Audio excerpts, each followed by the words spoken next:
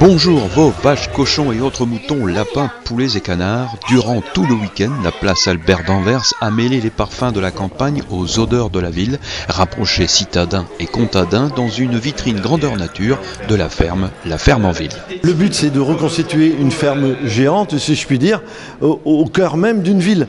Et donc d'aller à l'avant des citadins. C'est bien ça le but, quoi. C'est bien ça le but, et d'expliquer notre métier, nos contraintes évidemment, mais aussi toutes nos valeurs qu'on peut porter, notamment sur tout ce qui est alimentaire et sur toutes les filières que nous mettons en avant.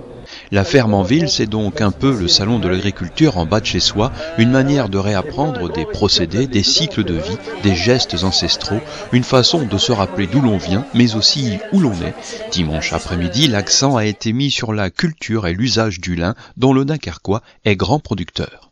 Ah ben, ma foi, on peut dire que la région de France est la deuxième région productrice de lin en France. Oui. C'est quand même pas neutre.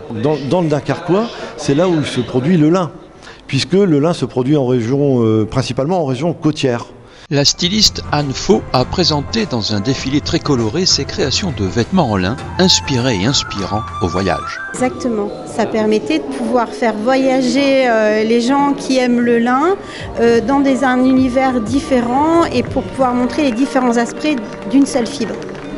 Donc des aspects de satin, d'organza, de lin dévoré, de lin enduit.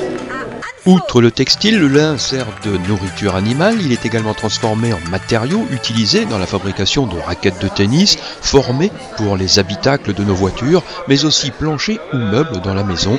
Rien ne se perd dans le lin.